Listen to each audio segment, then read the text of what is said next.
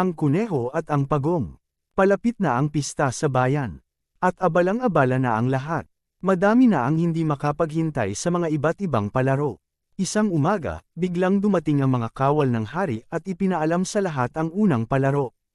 Magandang umaga sa inyong lahat. Ako ang inyong mensahero at nais ipaalam ng ating Haring Leon na sa susunod na araw ay uumpisahan na ang paligsahan. Ito ay ang paligsahan sa pagtakbo. Ang sino mang mananalo ay makakatanggap ng napakalaking gantimpala mula sa palasyo. Malaking gantimpala ang ipagkakaloob ng mahal na hari. Hangad ko ang tagumpay ng bawat isa sa inyo. Pagkaalis ng mensahero at mga kawal ng palasyo ay agad naman na nagsihanda ang mga kalahok sa palaro. Sa kabilang ibayo naman ay namataan ng oso si Kuneho. Kaibigan, mukhang handang-handa ka na sa nalalapit na palaro. Baka pwede mo namang ibahagi ang mga ginawa mong paghahanda. Kaibigan kong oso, hindi ko na kailangang maghanda, dahil alam ko na ako ulit ang magwawagi. Hindi naman lingid sa inyong kaalaman na ilang beses na akong nanalo, at ngayong taon na ito ako ang mag-uuwi ng napakalaking gantimpala. Malaki ang tiwala ni Kuneho sa kanyang sarili. Naniniwala siyang siya pa rin ang mananalo. Halos lahat ng mga kalahok ay naghahanda araw-araw, maliban kay Kuneho. At sa wakas dumating na ang araw ng palaro. Lahat ay handang-handa na. Maligayang pista sa ating lahat. Ngayong araw na ito ang opisyal na umpisa ng ating pista. Makinig lahat ng mga kalahok. Ang unang makakarating sa bundok mahika ay siya ang tatanghaling mananalo. Oo, tama ang inyong narinig, ang palarong ito ay magsisimula dito sa ating bayan at magtatapos sa bundok mahika. Ang palarong ito ay hindi lamang susukitan ang pisikal na aspeto ng bawat isa sa inyo. Nais ng ating mahal na hari na tahakin nyo ang tamang daan, ang daan ng mga manlalakbay. At tuluyan ang nagsimulang tumakbo ang mga kalahok. Pagkarating sa unang bayan, ay minabuting sumuko na lamang ng iba. Kaibigan kong elepante, ang ganda ng lugar na ito, ang mga damo ay napakaluntian tingnan. At ang sarap ng simoy ng hangin. Ako ay pagod na kaibigan, at gugustuhin ko na lamang na magpahinga dito. Hay, pareho pala tayo ng iniisip, kaibigan. Mas mabuti pang magpahinga na lang tayo dito, at namnamin ang napakagandang tanawin. Ang mga paa ko ay pagod na rin at hindi ko nakakayaning marating ang bundok mahika. At minabuti nang ang huwag nang tumuloy ang magkaibigang baka at elepante. Samantalang ang ibang kalahok at tumigil na rin pagkadating sa ikalawang bayan. Habang ang mga ibang kalahok naman ay tuluyan ang sumuko pagkadating sa ikatatlong bayan.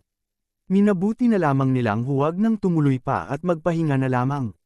May manggilan-ngilan pang kalahok ang patuloy pa rin sa pagtakbo at isa na dyan si Pagong. Samantala, sa kaharian naman ni Haring Leon. Mahal na hari, karamihan sa mga kalahok ay hindi na po tumuloy.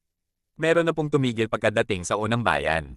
Mas pinili na lamang po nila magpahinga sapagkat hindi na nila kaya. Ganon din ang nangyari sa ibang kalahok na mas pinili na lamang na tumigil na sa mga sumunod na bayan. Mahal na hari, nangunguna pa rin po si Kuneho. Malapit na po siya sa ikalimang bayan. At nakakasiguro po ako na mararating niya ang bundok mahika bukas ng tanghali.